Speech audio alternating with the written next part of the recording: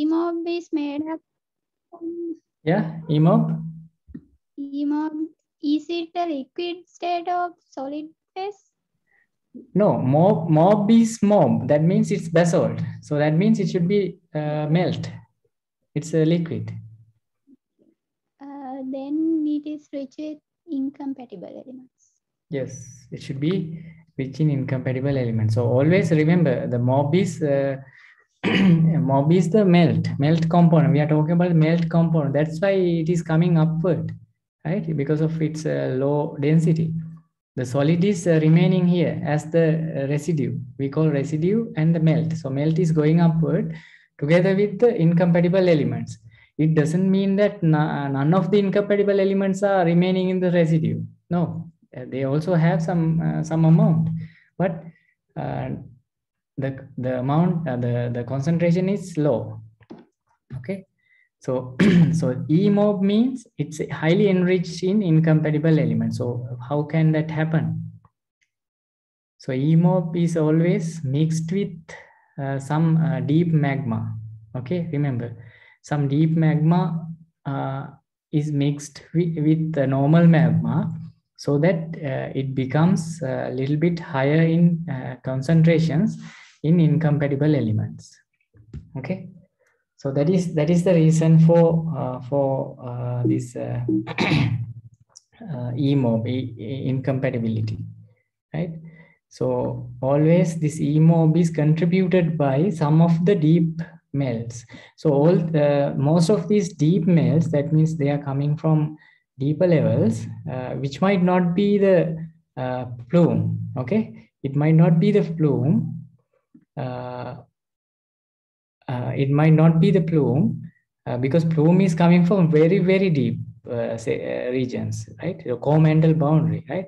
It's not that melt we are talking about, but you know, the deeper mantle part, the lower mantle, the lower part of the mantle, right? Close to the D layer, maybe, right? D layer.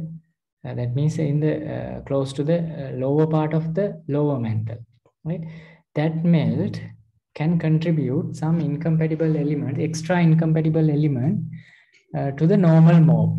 Normal mob is usually not very much rich in incompatible elements, but since it is a melt, it is of course enriched. I mean, it's containing more incompatible elements compared to the residual part here. The residual part is here, right?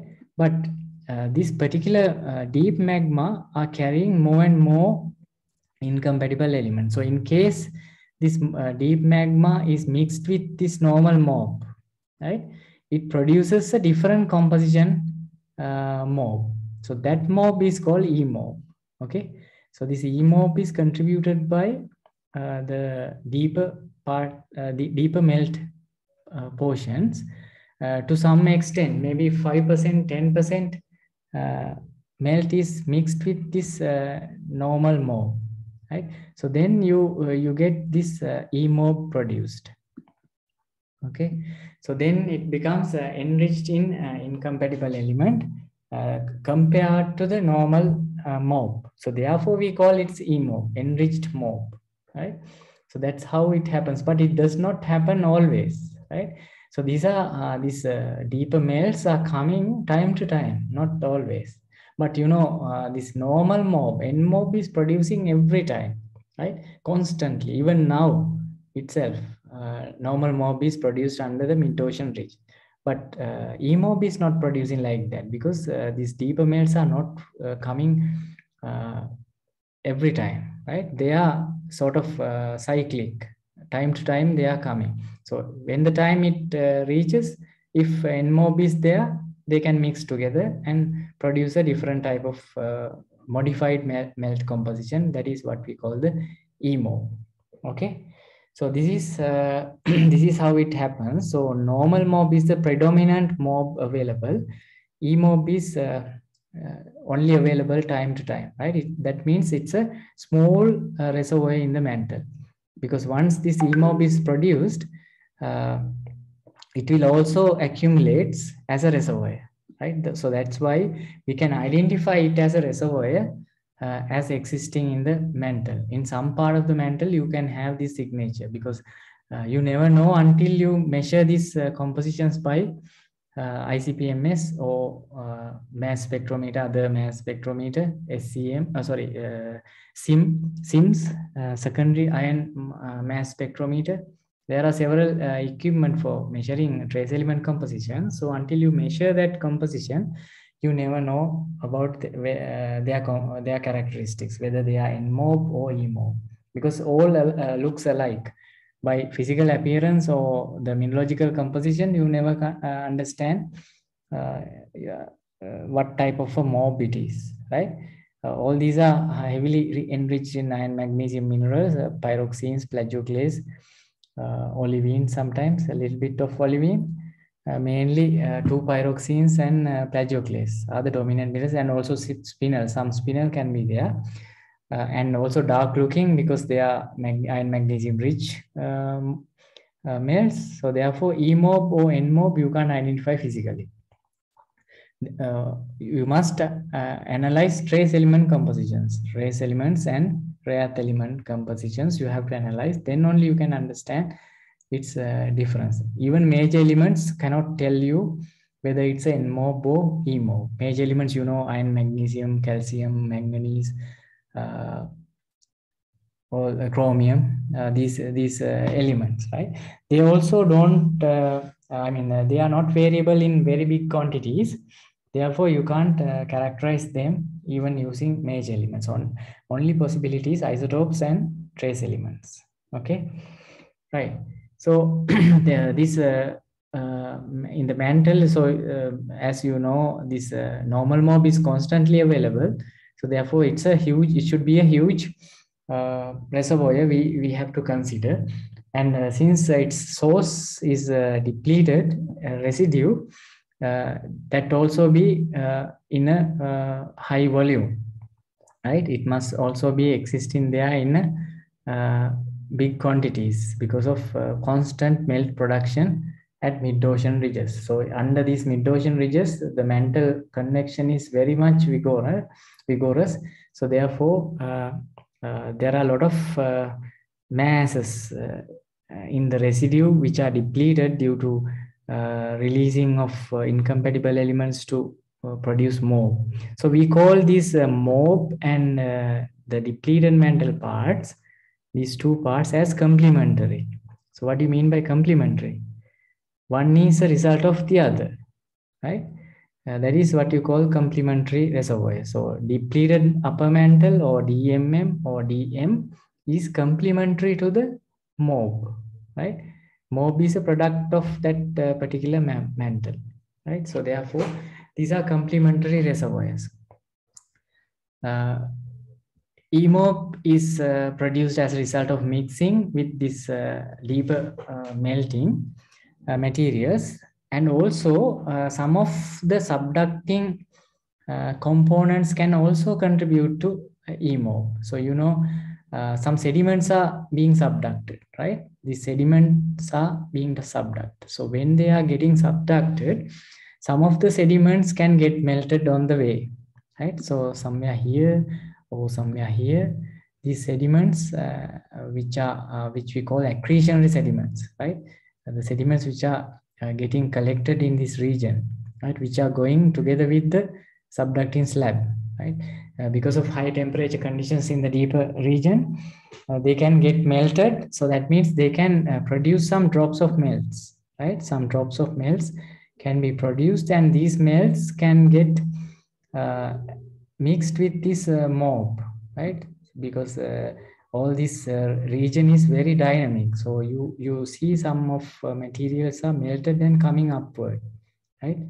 And again, they are going downwards like this. So we call it a recycling process. This is a recycling process.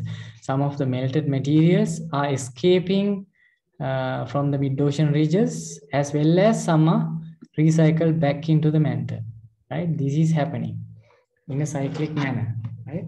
So this mantle recycling is the term that you can use for this process, and that also can contribute further melting, Okay, when these recycled materials are being subducted or being recycled back into the deeper part of the mantle, they can get remelted because they are exposed to more higher temperatures than they were in this region, right? They were supposed to be in lower temperatures in this region, and once they are getting subducted further or recycled further deeper, they get exposed to higher temperatures. So they can get remelted. Even melted components can remelt. That is possible. So then these components can mix with the normal mob also, because normal mob also get recycled, right? They produce enriched mob. So that is the two parts of the mob, and there is another part that is we call demob. It is not written here. Demob. Demob means some of this normal mob, right? Some of this normal mob, that is average composition. You can just think of the average composition of the mob as N mob. Okay, that is a predominant composition of the mob basalts. So this some of these mob, normal mob after production, after producing here in this region, right? Most of these mob are going upward to dump into the ocean floors as mid-ocean rich basalts, but some of these melts can be recycled back to the mantle, as I mentioned before. Okay, they can get recycled. So once they are getting recycled back into the depleted mantle region with the normal melting in this region, right? This melted portion can remelt, right? But it is not, it is, I mean, it's a normal mob remelting. So normal mob remelting means it goes to lower compositions than the normal mob because it's already normal mob. So when it get further melted, what happens? Further melted means another melt is generated out of that particular sample, right? So secondary melt. So secondary melt produce means this part becomes further depleted. Okay, this part gets further depleted, and also some of these depleted upper mantle parts, say some portion from here, can also get buried due to mantle recycling, because you know in this region there are huge mantle convection forces are applied. So they can carry some of these mantle parcels, we call mantle parcels, these samples, right? Some sections of the mantle into the deeper levels. Suppose some depleted part of this upper mantle was taken back to further down, like somewhere here. So this already depleted mantle can further depleted due to further melting, remelting, right, in this region. So if this was remelted, what happens? They produce further depleted melt components as mob from here, and it will also go upward like this. But if you measure the composition of this melt, it will be having low concentrations than the normal mob. That means it's a further depleted, I mean a further melted portion. So therefore it's having less incompatible elements than the normal mob. So therefore we call it depleted mob, demob, right? So depleted mob means it's depleted in incompatible elements than the normal mob compositions. This was E-mob. It was enriched because of this subducting materials, remelting components from deeper parts. They get mixed with the normal mob and increase the incompatible element composition. But here something else is happening. They are depleted mantle further melts and it gets further depleted. So therefore, obviously you must get further depleted incompatible element composition in that particular melt, and that particular melt is called demob. Okay, it's called demob, which is also available as a reservoir, right? So in the mob, you know, now there are three components, that is normal mob, enriched mob, and depleted mob, demob. So you know, once depleted a mantle section It's not easy to remelt. Okay, although we are talking about remelting, remelting is not an easy task because it's already melted composition. For example, if you have some firewood, right, you can easily burn it, right? You burn it and you make charcoal. So if you make some halfway charcoal from a firewood, if you want to remelt that charcoal, it's very difficult, right? It will not produce further fire out of that. It's very difficult. So that similar situation is there, because this remelting is not very easy unless it has subjected to very high temperature conditions.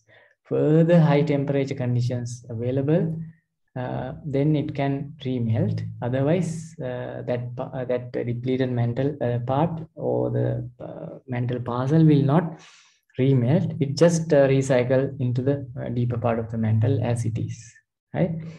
So it's not an easy task to remelt. I think I mentioned about this melting very briefly because none of you are following the advanced igneous petrology. I can't talk much about the melting. If you followed that course, you can learn very detailed processes about melting, right?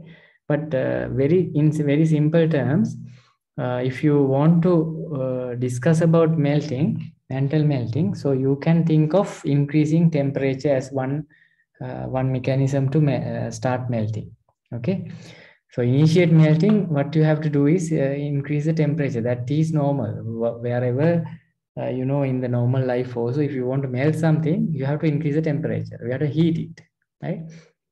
But another possibility is there which cannot be available on the surface in the mantle when a mantle segment is going upward, right?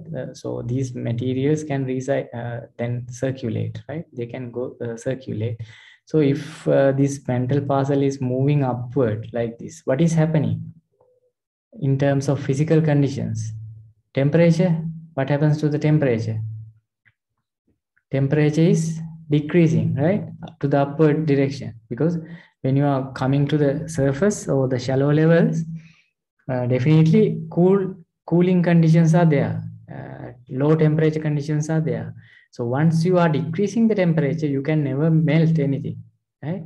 If you are cooling, you will never melt, right? But if you go opposite way, this way, you are obviously increasing the temperature in the interior, so automatically melting can start. But when something is going upward to the surface, towards the surface, it's a decreasing temperature, right? What else? What is happening to that in addition to decreasing temperature? What is the other physical change it is subjected to? Decreasing the pressure. Yeah, decreasing the pressure. So you are decreasing the pressure. So once you decrease the pressure, because you are releasing this particular thing from a high pressure condition, right? Deep region means high pressure. Now you are releasing it towards the shallow levels. So that means you are decreasing the pressure. In other words, we call it decompression. So decompression is another way of triggering melting mechanism, right? So if you can't increase the temperature, so you have to start decreasing pressure then. So decreasing pressure means it can trigger melting when it is coming upward, right? But the temperature also should be a little bit high in this region. Otherwise, you can expect the melting even under the very close to the surface also. That never happens, okay? Because this region is very cold. Temperatures are very, very less, even maybe 50-60 degrees Celsius. That under that condition, even decrease of pressure will not make any melting, right? But under higher temperature conditions, like at least 500-600 degrees Celsius, if you decompress the material, it can start melting, right? So that is actually you are decreasing the melting point. That is what that is the point, right? It's nothing other than I mean, the decreasing pressure doesn't mean that it can ignite anything, right? What happens is automatically it decreases the melting point due to the pressure effect, right? So that causes the material to be melted, right? And also, if you have hydrous conditions here, if you have some drops of melts even in this region, drops of water, H2O in this region, you can further decrease the melting point. So that encourages further melting during the decompression, right? So that is possible, but otherwise that cannot take place. Okay. So anyway, the MOB has three components, or the sub reservoirs. We can say sub reservoirs. The main reservoir is the MOB reservoir, mid-ocean rich basalt reservoir. So that reservoir you can further subdivide it into three as the NMOB, EMOB, and DMOB based on the availability of incompatible elements as a result of the melting it has experienced. Okay, right. So do you understand that part? Any questions? Do you have any questions regarding that part?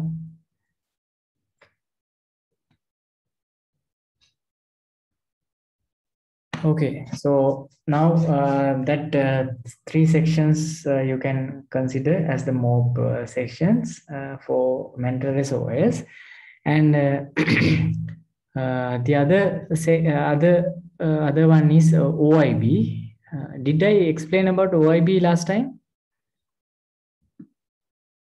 OIB, ocean island basalts, oceanic island basalts.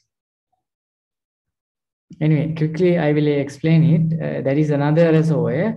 As I mentioned some time ago, it's related with the plume, right? Plume melting, plume magma is generated at very deep part, even as deep as the core mantle boundary. Okay, because you know these subducting slabs, these subducted portions are moving downwards and sinking down to the very deep part, so that they will create sort of an enriched reservoir. Because why we call enriched reservoir? Enriched reservoir means incompatible element high reservoir. Why is that? Sediments are usually carrying all these incompatible elements, because sediments always have high rare earth element composition, particularly incompatible elements. So therefore, when they go down, they carry the RE light rare earth element budget also, right?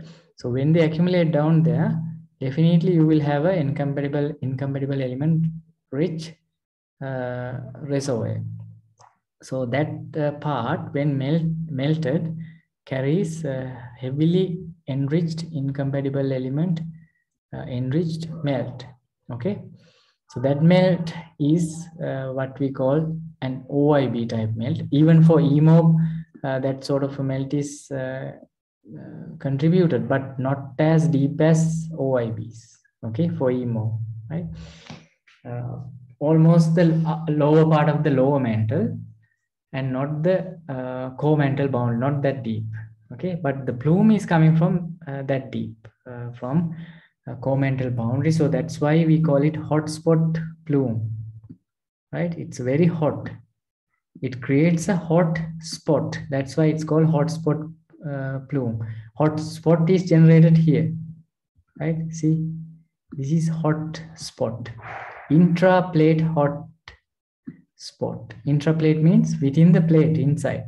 So you hit the plate directly and break the plate into fragments, right?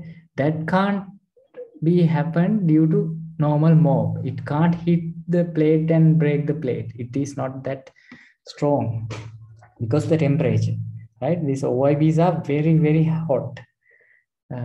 Even greater than 5,000 degrees Celsius. So they can hit the plate, and because of that high temperature, they can break the plate. And also they are, of course, they are highly pressurized also, because they are coming from thousands of kilometers deep. So it's being squeezing like a toothpaste. It's being pushed up, right? That pressure plus heavy temperature can break apart all these 1,000 kilometer sized plates, right? So that's what you call the hotspot. That hotspot is generated because of this OIB. So this OIB has a typical characteristic where they are also enriched in light rare earth elements, right?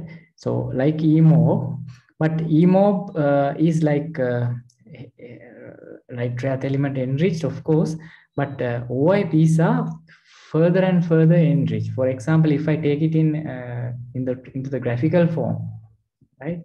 So if I draw here rare earth elements, okay, if I draw here REs, normal mob, because say this is light rare earth elements and this is heavy rare earth elements, this end, okay, these are RE. Okay, these are RE. So if you take the mob, normal mob, right? Normal mob is like you can have very lightly like this, right? Shape. It's almost constant compositions, and this EMOB will be very little bit like this. So this is the enrichment we are talking about. This is the light rare earth element enrichment. Okay, this is the normal MOB. It's a typical shape. It's a slightly depleting composition is there. Although it's a melt, it should be incompatible element enriched, but it has a typical characteristic of slight depletion here, slight bending here, right? Because the DM, depleted mantle, has some shape like this. Suppose its composition is like here. Say this is 1. Okay, I'm just putting an arbitrary number, 1. If the depleted mantle composition is like this, that means light rare earth element section is always below 1. Okay, for the depleted mantle, right? So this part, this residual part I'm talking about. Okay, this is the residual part, and this is the normal mob, N mob part, right? So you can see compositional shift here, right? You have a compositional shift here. Why?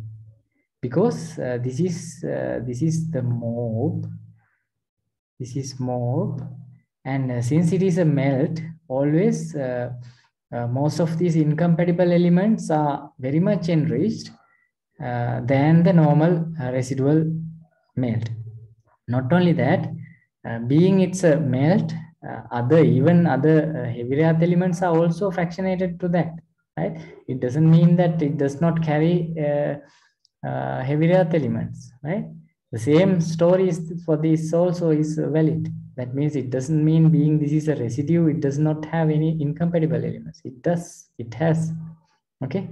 So anyway, compositional shift is there. So this shift can be like 5 times. Okay. And this is a logarithmic scale. And this is a logarithmic scale.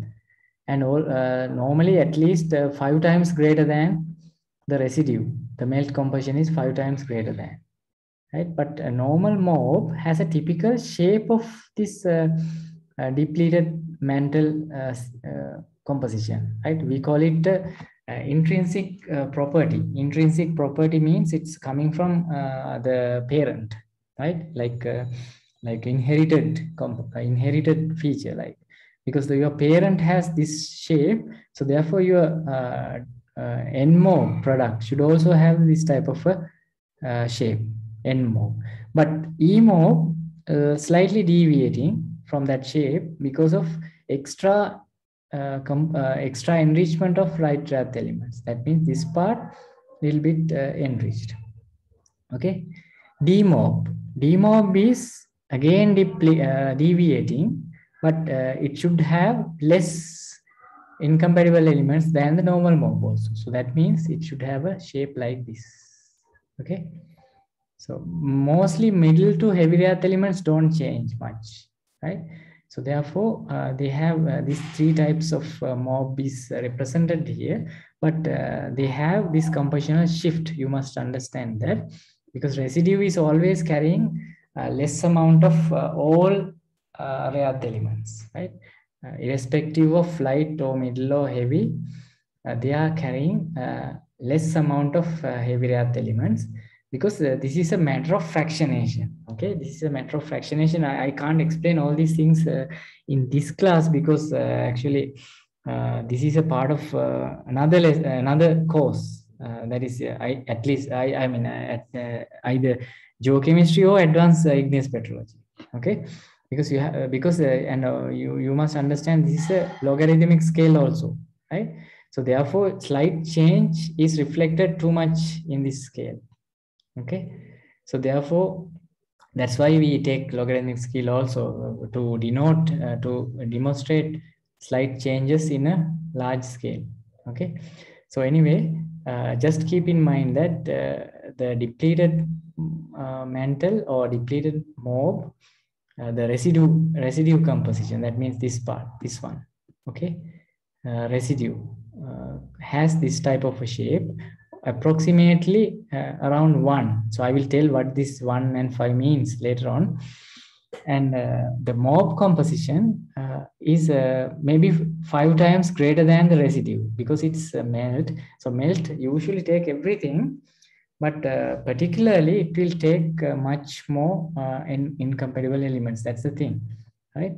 So there is a such difference there. You will understand that when you learn, I think you must have learned about the partition coefficients. All this depends on the partition coefficients, right? Partition coefficients means how much of a element can be taken up by a melt or a solid, right?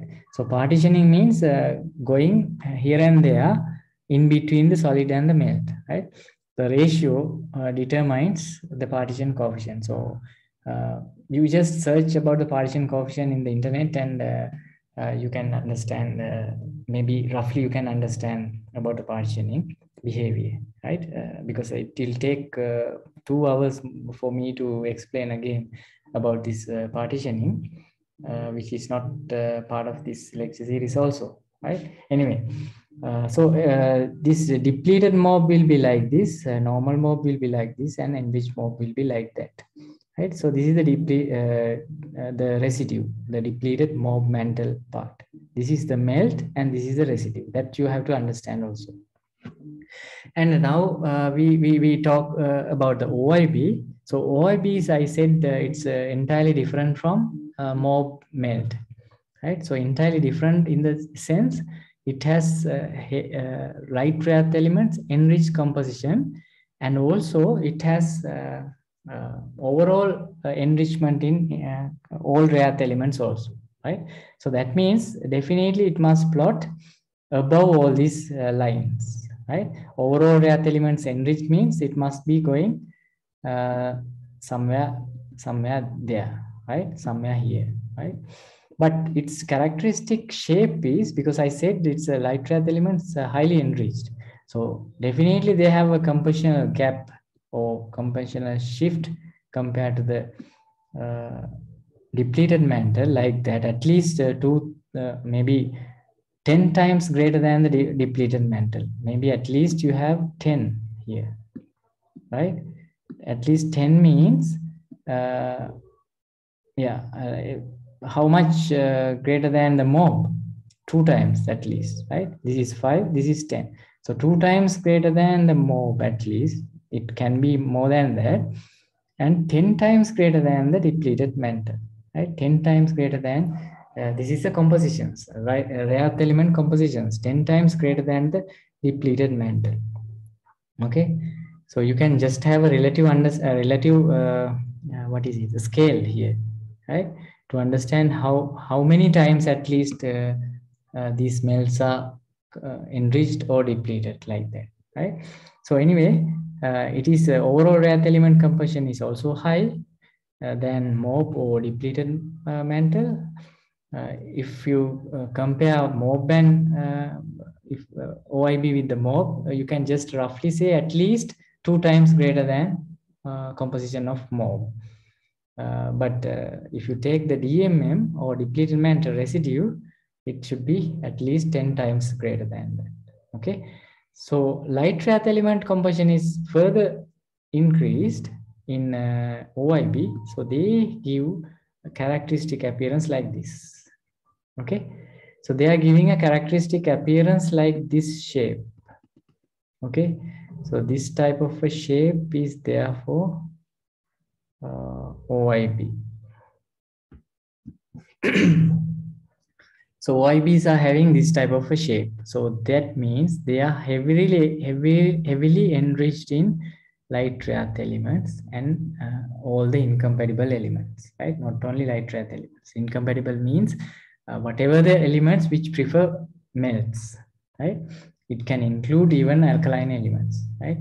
Alkaline elements, you know, rubidium, strontium, cesium like elements, they also can consider, you can consider, but they are not rare earth elements, right? They are just trace elements, but you can consider it as alkaline elements, alkaline earth elements also, right? So anyway, so OIB shape is like this, right? So remember, so this has a characteristic appearance where light rare earth elements are very much enriched in this part, right? So this is how these compositions are changing, and by looking at these characteristic shapes, people have identified these mantle reservoirs. So isotopically also they are different. They are having characteristic shapes. Oh, sorry, characteristic values, and also they are consistent with different shapes in trace elements or light trace elements or rare earth elements. Okay, so this is how the mantle reservoirs are understood, because now our lesson is about isotopes, but before going to isotopes we should have a clear understanding about trace elements, because isotopes means trace elements. Okay, so trace element characteristics are retained by isotopes also, right? So they can these isotopes can be characterized similarly like you did for the rare earth elements or incompatible elements, right? So now I think you have a fair knowledge about several reservoirs, that is oceanic island basalt, mid-ocean ridge basalts, and depleted mantle, right? Depleted MOB mantle or depleted mantle, right? So these are some of the reservoirs that we have now considered into account, right? So I think we have mentioned that you have further reservoirs which you can consider as EM, enriched mantle, right? That we haven't talked yet. I think before going to that part, if you have any questions, any clarifications, I think we have to solve that before that. Any questions? Because these are the very common types of reservoirs that we have already talked. The other reservoirs that we have to consider is the remaining reservoirs. Okay.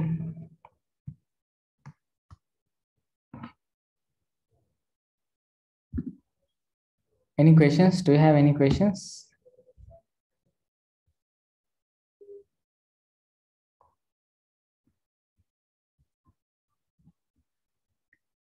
Are there any people, any of you using phones for connecting? Because these diagrams might not be very clear if you are using a small screen. Okay, so we'll go to the next part also. That means EM, that is the other reservoir, that is enriched mantle. So we have another part of the reservoir, that is enriched mantle. So enriched mantle is part of part of the subducting materials. So we already discussed about subducting sediments. Do you remember subducting sediments? So these subducting sediments are carrying this enriched mantle portion. So these oceanic sediments, subducting oceanic sediments compose mainly EM1. There are two reservoirs. EM, enriched mantle, also has two sections, EM1 and EM2. So mainly oceanic part of sediments composes the EM1 composition, and EM2 is mainly contributed by continental sediments. Okay, so EM2 is continental sediments mainly, and EM1 is oceanic sediments mainly. But both of these sediment types can be taken into the interior of the mantle because of the subduction processes. Because the erosion brings up these sediments, erosion takes these sediments from the continental part to the this accretionary region. We call this accretionary prism. Do you remember? It looks like a prism, right? Like this, triangular, right? So this is accretionary prism. So we call accretionary sediments to all these types of sediments, oceanic sediments and continental sediments, everything. They are scraped here. They are scraped like you are scraping coconut, right? When this subduction happens, the sediment, the crustal parts are scraped off. So they separates out the sediments. At the same time, some portion is going down. Okay. So EM1 is composed by oceanic sediments mainly, and EM2 is composed by continental sediments. So they, after accumulating in the deep interior, they will produce here and there some enriched sections of the mantle, right? Some parts are in EM1 type and some parts are EM2 type, right? We cannot predict where they are located, but somewhere in the mantle they should be located, because the sample analysis, the samples which we can find on the surface, right? Samples which are taken into the surface, how they are taken into the surface?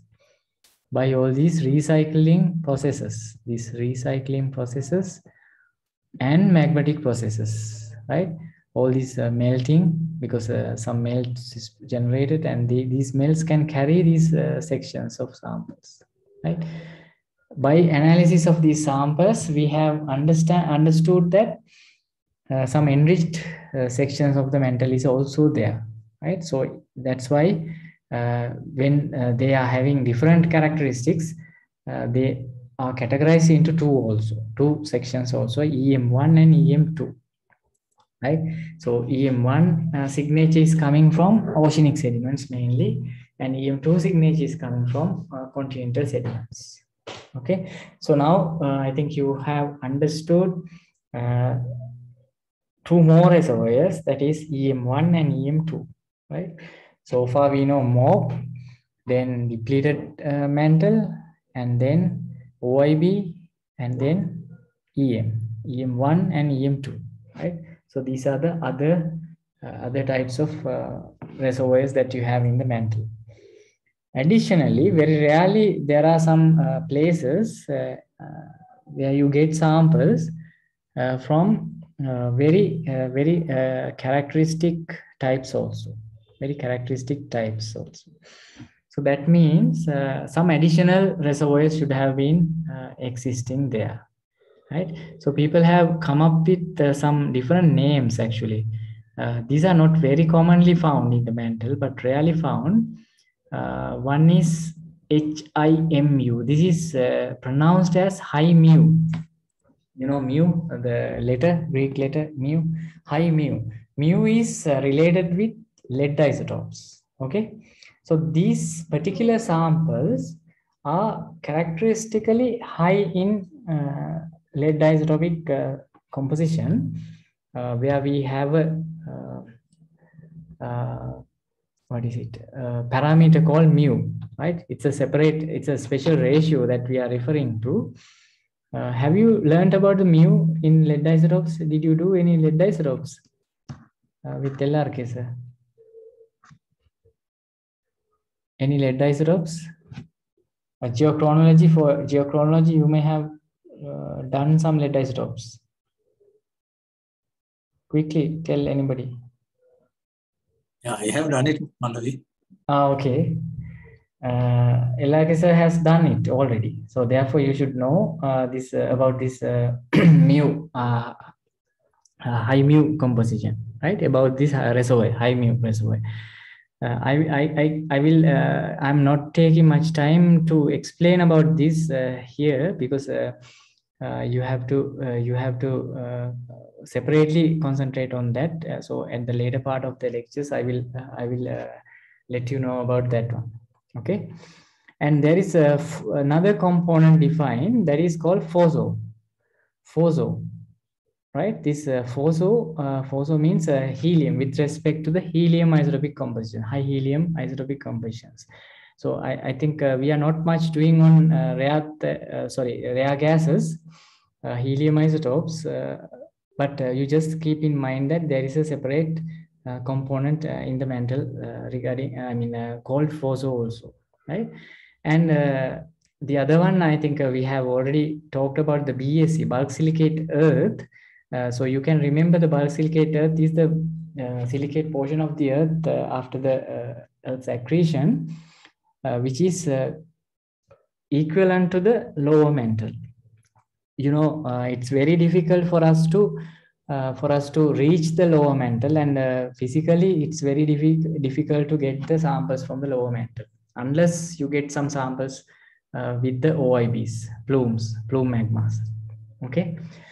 So anyway, the lower part of the mantle is called the lower mantle, and extreme lower part of the lower mantle is very, people believe it's very similar to the bulk silicate. That means unfractionated, or it's like almost like intact bulk silicate composition. So therefore, lower part of the mantle, the lower mantle part is considered as similar to the bulk silicate earth. Actually, there are some balances, isotopic balances with respect to different isotopic systems, right? They should balance. That means the crust, for example, the crust, you know, the crust is a product of mantle melting, right? So the crust is complementary to the mantle. So isotopically, there should be a mass balance also, right? Because you can't destroy the mass. So that is one theory which is well known to you also. So there should be some isotopic mass balance also, but people have found difficulties in balancing these masses, isotopic masses, especially in terms of lead isotopes, which we term as lead isotopic paradox, right? So there are such instances also. We will towards the end of the lecture series, I may show you some facts related with this lead isotope paradox also, because lead alone behave differently with respect to this mass balance difficulties. So anyway, this is considered as a reservoir also, bulk silicate earth, as I mentioned earlier also. And the other one is the commonly termed another mantle is the Prima composition, Prima reservoir. That is, it's not very well defined also, but it's considered as the prevalent mantle composition, which also maybe I will describe towards the end of the lecture series. So anyway, now I think you have come up to understanding about the mantle reservoirs, where we consider mainly depleted mantle, OIBs, enriched mantle 1 and 2, EM1 and EM2, right? And then the other less how to say less it's not less significant, it's significant, but not much well understood these prima and fosso compositions also as reservoirs, right? High MEV is a separate part of the mantle. Everything people have, I mean, come up with these terminologies because they find different types of samples everywhere on the many parts of the world, right? So all these parts of all these samples must be coming from, if they are belonging to a mantle rock, they must be coming from somewhere from in the mantle, right? So if the mantle is considered as homogeneous, as thought some time ago, there can't be such different compositions, particularly in terms of isotopes and trace elements. Okay, so that's why people have come up with different proposals regarding these reservoirs as having different compositions. You know, the most difficult task is to get the samples from the lower mantle. That's what I mentioned a little while ago, right? Because you get upper mantle samples very frequently because you have a lot of magmatism there, mid-ocean ridge basalts are there. So these basalts are also carrying some fragments of mantle, right? What are those things? I think you should know that by now. What are the mantle fragments which are carried by basalts? How do you term them? How do you name them? Can any one of you tell me? If you have, suppose this is a basalt melt conduit, right? So that carries magma. Okay, it brings up magma, and on the surface it cools down and produces a rock, right? It produces a basaltic rock, basalt or gabbro, whatever, depending on the cooling situation close to the surface. It will produce a magma. Mainly we have seen basalts on the surface because of rapid cooling, but some of these basalts contain some fragments of rocks, not minerals. Not don't get misunderstanding with the phenocrysts, right? These are not phenocrysts. I'm talking about real rock fragments inside basalts, basaltic rock. So you know basalt is very fine-grained rock. So you have a very fine-grained ground mass, and in that you have some coarse-grained rock material, maybe mainly rich in olivine, pyroxene like minerals. How do you call them? Your final years now, you must have learned about these things, at least by your own reading. If no one, Phenolith. sorry? Phenoliths. Yeah, very good. Xenoliths, yeah, those are xenoliths, right? Since they are coming from the mantle, we call them mantle xenoliths, okay? So that is a direct evidence of the mantle. Physical sampling of mantle is in that way, right? We can get real mantle on the surface, right? Because of this basalt is carrying the mantle fragment, right? Otherwise, but that is from the upper mantle, not the lower mantle, okay? The lower mantle cannot, I mean, fragments cannot be come up with that way, right? So we have some chances to understand about the mantle geochemistry or mantle petrology by using that sort of very tiny sample, sometimes less than centimeter even, right? Rarely, if you are lucky, you get some few centimeter size mantle samples, but very frequently you get is very small samples. So using that very small sample only, you can understand about the mantle. But you know, there are thousands of such samples found in on the surface, and therefore petrologists have been able to figure out the mantle compositions composition very sufficiently by now. And also there are some rare situations where you see ophiolites, abducted some fragments of mantle, right? Not subduction, abduction, you know, because oceanic crust is oceanic part is the heavier one that should be having a high density. But in ophiolite formation, that part is going on top of the oceanic crust. That is abduction, right? So that also carries some mantle materials. That is another possibility. But that ophiolites are mainly altered, and they are interacted with these melts also, magmas also. Therefore, most of the mantle compositions get modified. Therefore, for isotopically and sometimes petrologically also, we can't get real mantle composition in most of the ophiolites. That is a disadvantage, but still you can find some pristine parts. That means unaltered parts also, to give a good picture about the mantle. And some other places are also there. Some rare occurrences we call orogenic types of mantle peridotites, which is also termed as alpine type peridotites. That is also giving a huge amount of samples. That means some kilometer scales, some few kilometer scale mountain massives you can find in such places. Those are not altered, and yeah, maybe some interactions are there, but still you can find very good samples to understand about the mantle. So all these samples have been studied by scientists for hundreds of years by now, and they have come up with certain compositions, and that's why they have termed these reservoirs for convenience. Okay, right.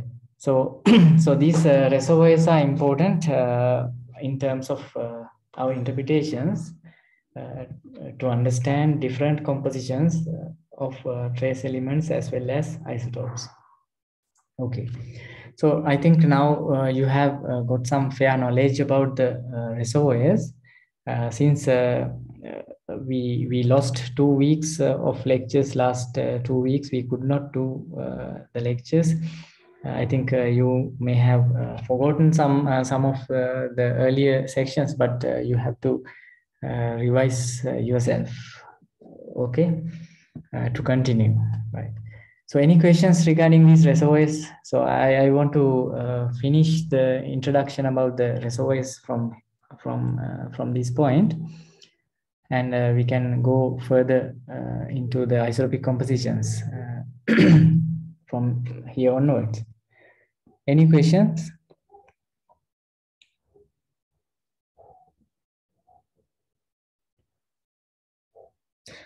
Okay, if you don't have any other questions, and one more thing I just want to tell you about these reservoirs. So you had better refer this paper. Okay, this is Zindler and Hart, 1986. Maybe I will provide you a copy, scan electronic copy of that. It describes about the isotopic composition of these different reservoirs. So it's very important, but a little bit hard. I mean, for your level, it's difficult to understand all. I mean, most of the facts there, but still it's recommended to go through, and you will understand at least some part of the paper. Okay. Right. So we will move a little bit further because we started late today. Okay. Right. So we talked about the bulk silicate earth as one of the reservoirs, or you can represent it as the lower mantle also, right? It's a sort of primary.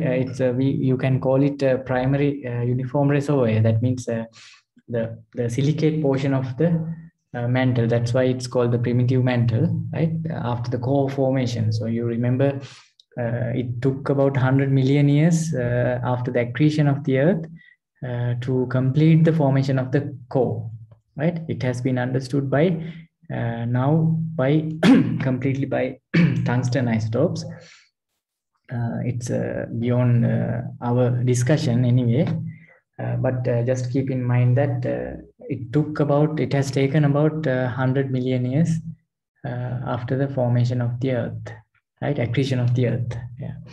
So core contained most of the metals, right? No silicate part. So all the silicate part was there in the primitive mantle or the bulk silicate Earth.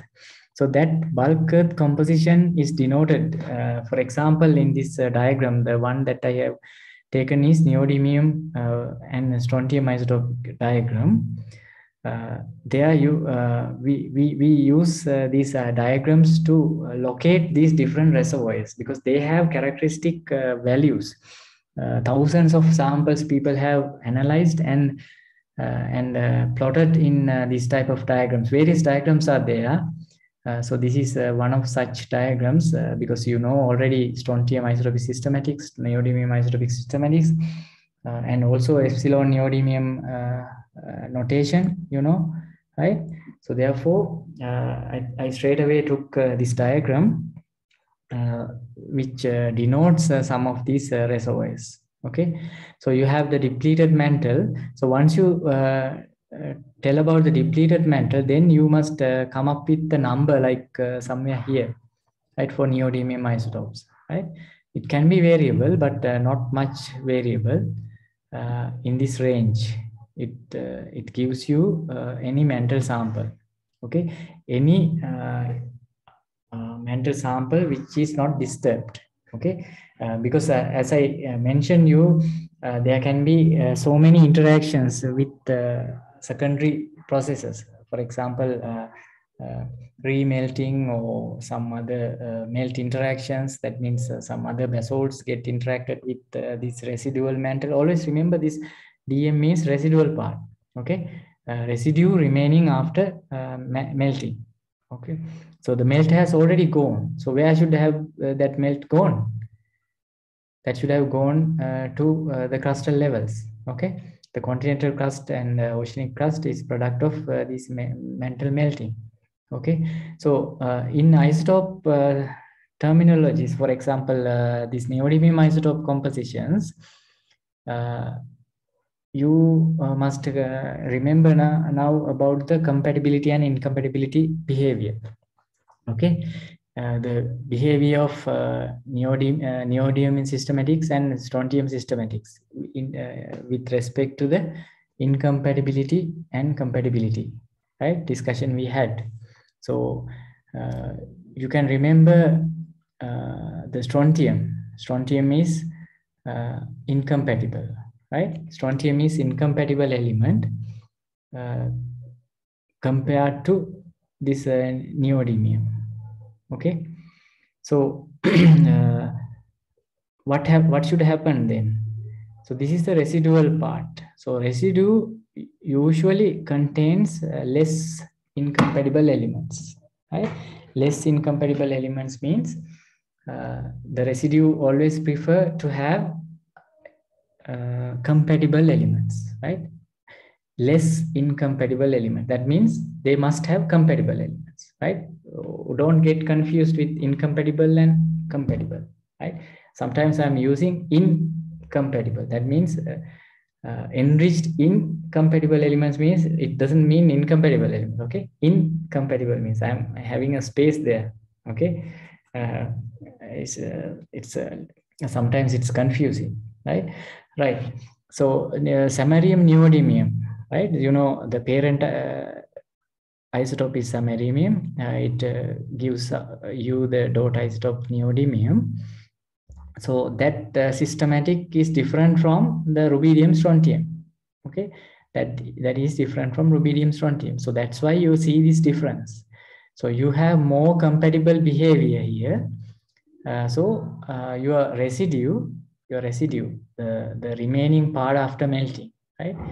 So you have melt produced and you have a residue formed after melting. So the melt always contains incompatible elements. They carries much of the incompatible elements. So therefore, a melt must contain a lot of incompatible elements. So residue should have less incompatible elements. Okay, so here you can see the DM, depleted mantle. How is its characteristic? It's high in neodymium isotope compositions, right? In y-axis you can see it has a high values compared to all other SOAs which are lying below that, right? And what about the strontium isotopes there, right? So if you consider the strontium isotope values, right, for this DM, it's always below this point. Okay, somewhere here it's below this point. So that means it's not enriched in strontium isotopes, but it's enriched in neodymium isotopes. So that is one of the characteristic of this depleted mantle reservoir. So you always remember mantle material. If you are getting a sample from the mantle, it must have a higher neodymium isotope value. It must have a higher neodymium isotope value. Okay, then you have a higher isotopic value, and strontium isotopes must be always low, right? It must be having a low value. So therefore, we have a region somewhere here where you have high neodymium, low strontium, right? For the depleted mantle. Because you know the depleted mantle is a product after melting. The most of the melt has gone out of that region due to melting, right? Sometimes there can be further melting possible because of recycling of this mantle material back into the deeper levels as a result of mantle convection. So then what happens to this depleted mantle? So this DM becomes further depleted.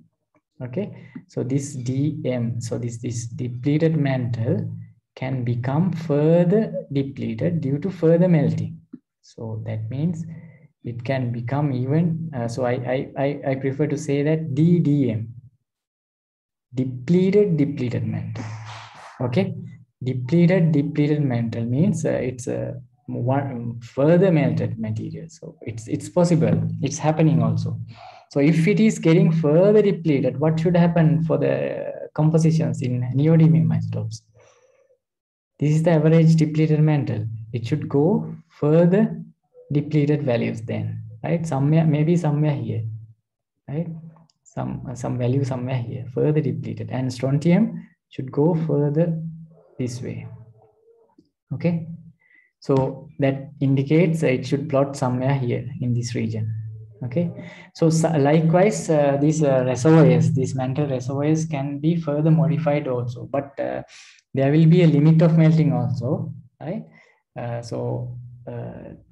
In one stage, after several cycles of melting, a mantle parcel can become very refractive. We call it refractive. That means it cannot contribute further melting.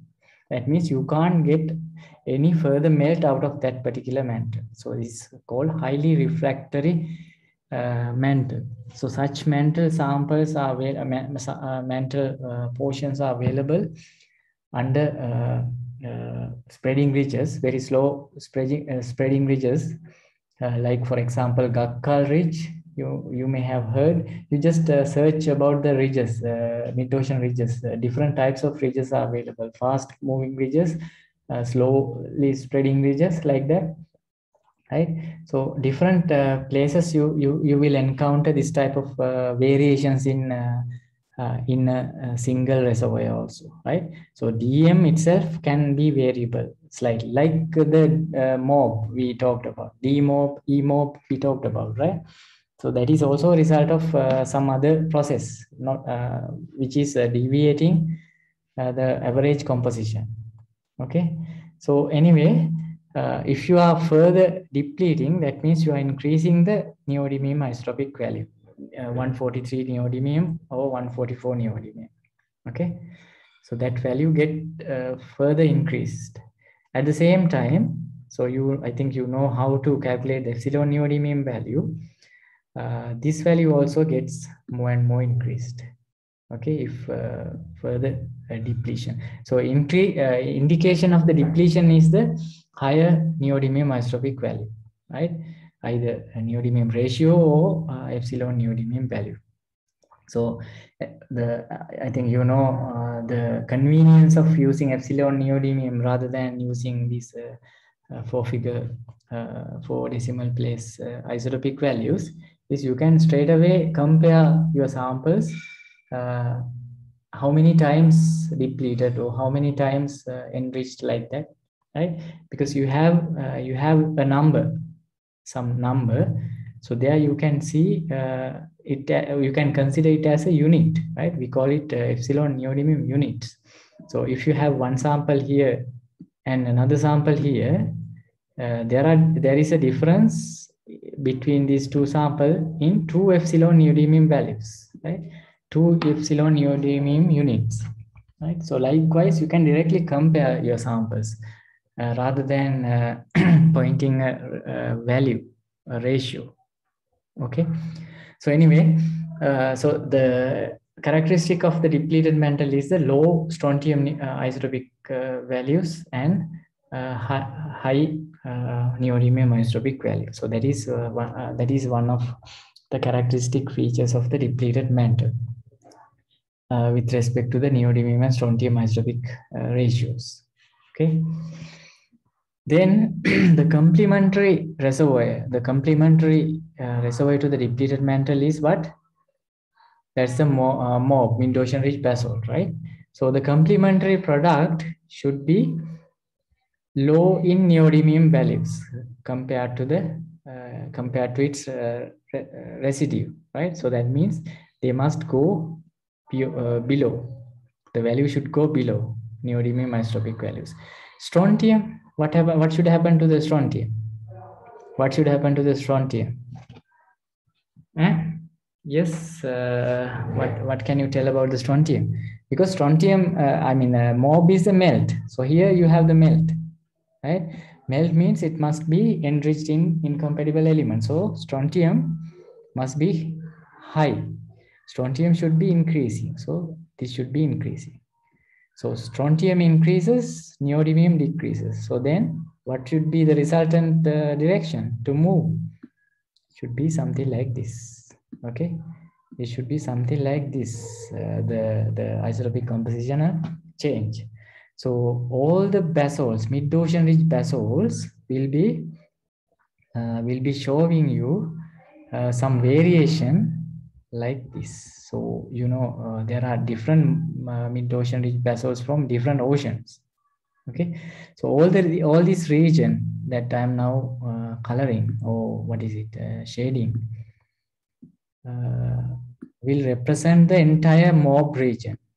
Okay, so now you understand how different these MOB samples are. Okay, although we want to consider them as a single reservoir or a homogeneous, it's actually not homogeneous. You understood it because it already there is DMOB and EMOB. So anyway, this MOB composition itself is highly variable. Okay, I'm not talking much about the DMOB or EMOB, but just the average MOB I'm talking about. Okay, just the average MOB, NMOB, normal MOB is also heavily variable, right? So like this, at least like this variation is there. It's getting increased in strontium isotopes and getting decreased in neodymium isotopes. So different MOB compositions you can see there because of the heterogeneity of the mantle. So even this depleted mantle, DM, also heterogeneous. So that's why you have seen at least a few epsilon neodymium isotope values differences there within the DM itself. So definitely it must be exaggerated in when you consider the melt, because melt is getting higher and higher incompatibles. So therefore the difference in epsilon neodymium value that you see in the depleted mantle must be exaggerated in the mob ratios as well, right? It must be exaggerated with respect to, compared to the DM ratios, because it is the complementary reservoir. So we will see details about these mob compositions later on, because different mobs, Atlantic mob, Indian mob, Pacific mob, they have slightly different composition, but the average composition of the mob is taken as somewhere in the center, right? Somewhere here, right? Average mob composition is taken as, the in-mob composition is taken as somewhere there. Separately, you can take as the Indian mob this much, Pacific mob this much, Atlantic mob this much, like that, right? That is also sometimes taken, but the entire mob once plotted, you can get the average composition as the mob composition. So that will give you the complementary composition to the depleted mantle composition. Okay. Since we talked about the D mob and E mob also, E mob is definitely heading towards this way, right? E mob is heading towards this edge, actually, not beyond that, somewhere here. And D mob, depleted mob, should come close to the depleted mantle value, somewhere here in this edge, right? So you have two ends for the mob, E mob and D mob ends, right? In between you have the normal mob, N mob compositions, right? You will see this mob composition is still variable, highly variable, even within the same ocean. Okay, so that is one point that you have to consider. But once you have a sample from one of these mobs, then you can analyze this in isotopic compositions. There are several ways to analyze. In terms of with respect to your objective, that what you are going to interpret. What sort of an objective you have by analyzing these isotopes, whether you are going to do it as a geochronology or you want to make it into a geochemical characteristic identification or something like that, right? As mixing, and so later on we will talk about to use isotopes as geochemical indicators, right? We term them as N members. That is also possible, right? Without going to do any geochronology, age dating, right? Here in this diagram also, we are not doing any age dating. You can't do any age dating with this diagram, right? So if you want to do any age dating, then you have to go for an isochron diagram, right? I think you can well remember your lecture series, I hope. So isochron diagrams are used for age dating, but here it's not an isochron diagram or anything. It's a very different thing. Even now you have considered two isotopic systematics, right? One is neodymium and the other one is strontium. So these two isotopic systematics are taken into two axes, and we have come up with some conclusions regarding the plotting of their independent values. Okay, so this type of activity is used for interpretation of different geochemical processes in the Earth's interior. We call as a tracer, geochemical tracer. We use isotopes as geochemical tracer, not for any age dating or anything, right? So anyway, you just keep in mind that how these reservoirs are changing their isotopic compositions in a diagram, in an isotopic diagram. In this case, we have considered neodymium and strontium isotopic diagram. So now entirely you can see the depleted mantle part and the mid-ocean ridge part plotting in this diagram, and you can see some sort of connection, right? For example, since it's too much annotated, I will take the drawing somewhere here. So here you have the depleted mantle section or the reservoir plotted. Okay, TM is here and mob is here. Okay, so mob is plotting somewhere there like that, right? suppose like this. And if you interconnect this one, approximately you can go as a line, right? In this direction, you can approximately go as a line, right?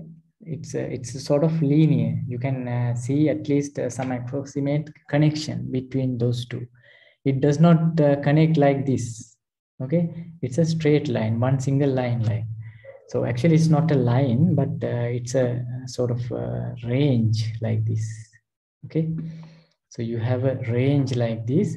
So we call this range as the mental array, right? This mental array actually mainly defined by this depleted mental reservoir and the mob reservoirs, because other reservoirs that we talked about are deviating from this mental array, right? They are deviating mental array. For example, we talked about EM, enriched mental. We haven't come into the discussion yet in terms of neodymium and strontium, but you can see the EM2 here is pointing towards even out of this diagram.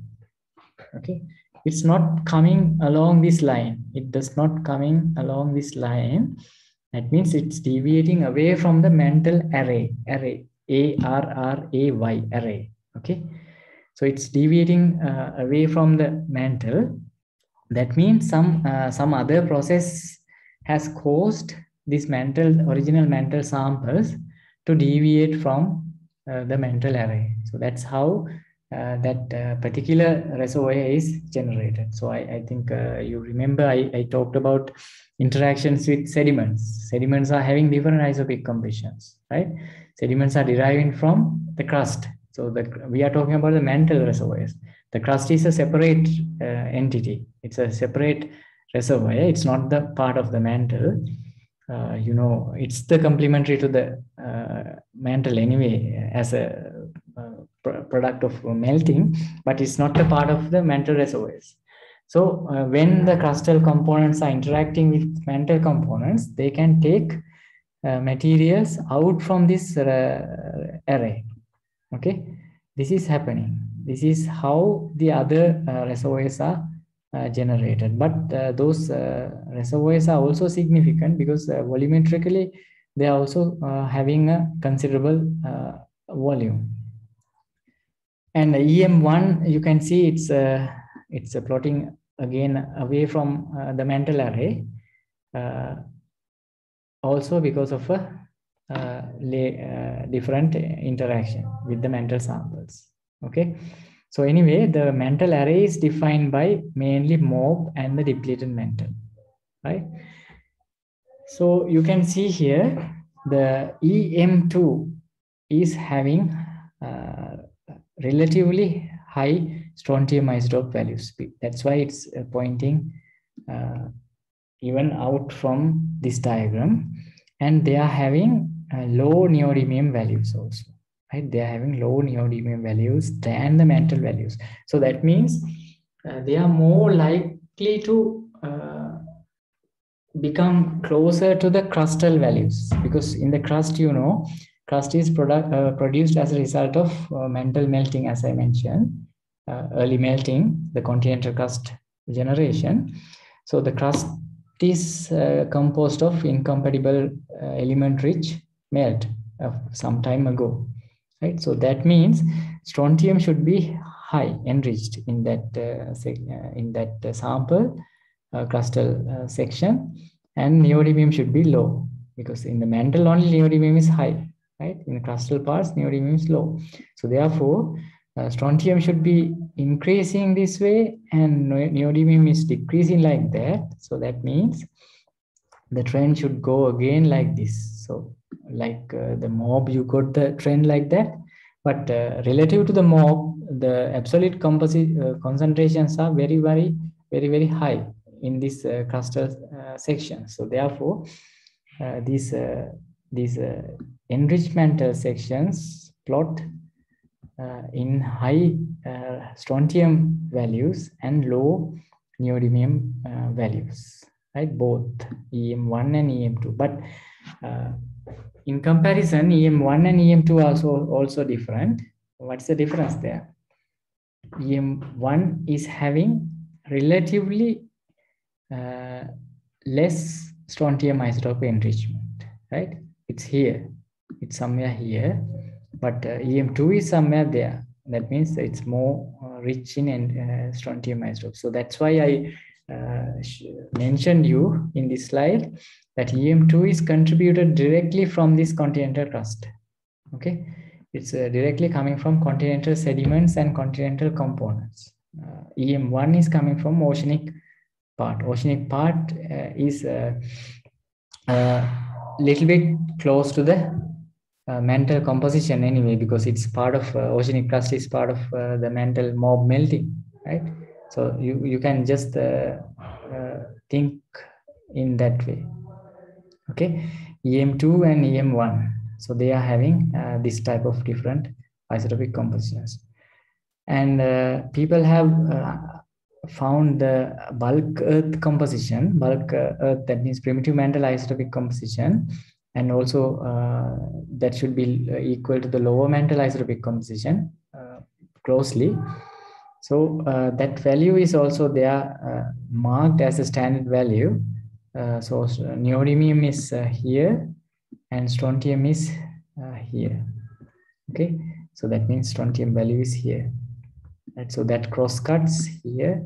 That is the isotopic composition of the bulk silicate earth composition. But again, it's not a clear cut value.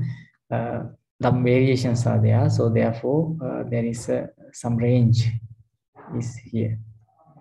Okay.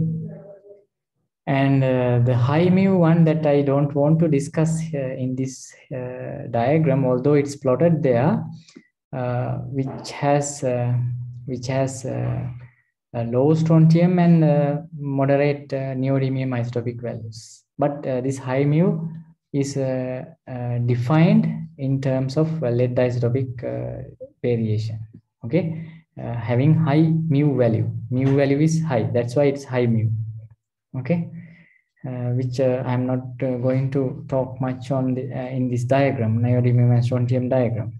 Okay, and the prima is there, that is prevalent mantle composition, which is almost same as the average mob composition. So that's why it's considered as the prevalent mantle composition, because it's almost similar to the average mob composition, because mob, you know, is a normal mob. N mob is the product of the normal depleted mantle melting, right? That has been equivalent to the prima. Actually, there is no such reservoir, but it's a sort of hypothetical value only, right? Just for convenience to use as the prima.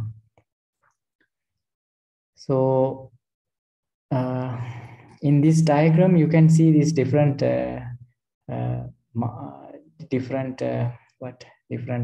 labels, right? So mid-ocean ridge basalts, different places actually. These are the places where these samples were collected. For example, here you have EPR. EPR means East Pacific Rise. East Pacific Rise. It's a East Pacific Rise. That is a place where you have this mob composition, mid-ocean ridge composition. So this means this is a Pacific mob composition. This green one. Okay. So anyway, like this, I think this blue is the blue, maybe Atlantic mob, I think. Blue. Indian mob, maybe, I'm not sure, I have to check it again. This yellow one, maybe, probably. And OIBs are also here plotted, right? Oceanic, yeah, this yellow region indicates the oceanic island basalt, OIBs, right? OIBs, there are different OIBs, I mean compositions, but mainly they are plotted in this region, right? Even OIBs are also coming close to the mantle array. So this is the mantle array, as I mentioned before. They are coming close to the mantle array because they are also purely produced from mantle, although they have slightly different, I mean, incompatible element composition, but they are part of the mantle. So therefore, they are not much deviated from the mantle array. There is some deviation, but that deviation is coming because of their interaction with the lower core mantle boundary, the subducted material melted compositions, right? That has contributed high light rare earth element compositions. Okay, so I think okay, sir. Yeah, my battery is that I saw. Yeah, thank you, sir. Now, actually, I am coming to the end of today's lecture. I hope you got some understanding about the composition of the isotopic values. So, hope you have